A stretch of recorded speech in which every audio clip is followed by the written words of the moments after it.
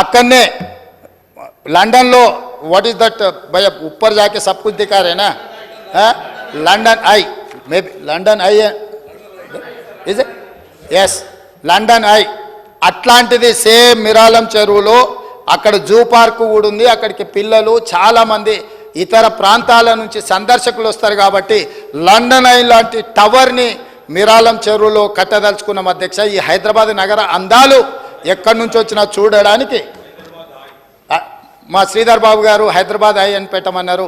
డెఫినెట్గా వారు IT industries minister, మీకు తెలుసు కదా అసలే వారు బాబు గారు, వారు ఆదేశించండి అంటే మనం అమలు చేయాల్సిందే. డెఫినెట్గా హైదరాబాద్ హై కింద అక్కడ మనం అద్భుతమైన టవర్ను మనం నిర్మించుకోబోతున్నాం అధ్యక్ష. నేను ఇక్కడి వైపే కాదు అధ్యక్ష, నిజమైన నగరానికి నిజమైన అభివృద్ధిని తీసుకురావాలన్నదే మా ఆలోచన అధ్యక్ష. దాంట్లో భాగంగా మేము పని చేస్తాం, అందరిని కలుపుకొని పోతాం. వైరుధ్యాలు ఉండొచ్చు, నేను మళ్ళీ చెప్తున్నా, ఆనాడు తెలుగుదేశంకి కాంగ్రెస్కి వైరుధ్యాలు ఉన్నాయి, కానీ అభివృద్ధి విషయంలో ఎలాంటి వైరుధ్యం చూపించకుండా అంతకంటే ఇంకా వేగంగా అంతకంటే గొప్పగా అభివృద్ధి చేసినాం కాబట్టి ఇవాళ ఈ నగరానికి అంతర్జాతీయ గుర్తింపు వచ్చింది అధ్యక్ష. గతంలో అంతో ఇంతో వాళ్ళు ఏమైనా చేసి ఉంటే చేసి ఉండొచ్చు. ఏం చేసిరు అధ్యక్ష? ప్రగతి భవన్ అని వాళ్ళు ఉండడానికి ఇల్లు కట్టుకురు, సచివాలయం అని ఆయన కూర్చోనికి ఆఫీస్ కట్టుకుండు. ఈ రెండు తప్ప హైదరాబాద్లో కట్టింది ఒకటి చెప్ప అధ్యక్ష. చెప్పండి, మీరు చెప్పండి అధ్యక్ష. నేను అడుగుతున్నా, నేను ఓపెన్ డిబేట్ చేస్తున్నా.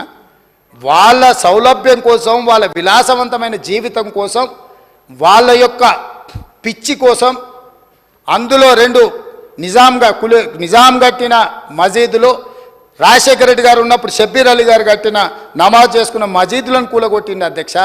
ఆ పాపం ఎక్కడికి పోతుంది అధ్యక్ష? మసీదులను షహీద్ చేస్తే మసీదों को शहीद किए तो वही आप भी शहीद हो गए सरकार से.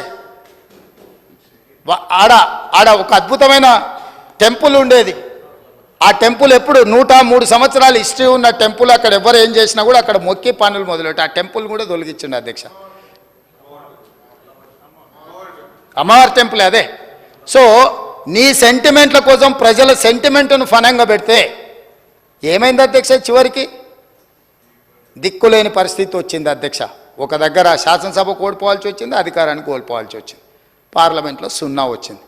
కాబట్టి ఇప్పటికైనా ఇట్లాంటి విషయాలు వచ్చినప్పుడు మనందరం కలిసికట్టుగా ఒక తాటి మీదకి వచ్చి మన నగరాన్ని అభివృద్ధి చేసుకోవడానికి సహకరించాలి. తప్పకుండా విదేశీ పర్యటనల నుంచి ఇప్పుడు కొరియాలో కూడా కొన్ని విషయాలు చూడడానికి వెళ్తున్నాం, అమెరికాలో కూడా కొన్ని అభివృద్ధి కార్యక్రమాలు ఏం తేవాలా, ఏ రకంగా పెట్టుబడులు తీసుకురావాలనో వీటన్నిటిని కూడా చూస్తాం అధ్యక్ష. మాకున్న అనుభవాలే కాదు, అనుభవాలు ఉన్న గొప్ప వ్యక్తుల నుంచి కూడా సూచనలు తీసుకొని హైదరాబాద్ నగర అభివృద్ధి కోసం, తెలంగాణ కోసం, గ్రీన్ తెలంగాణ 2050 బిగ్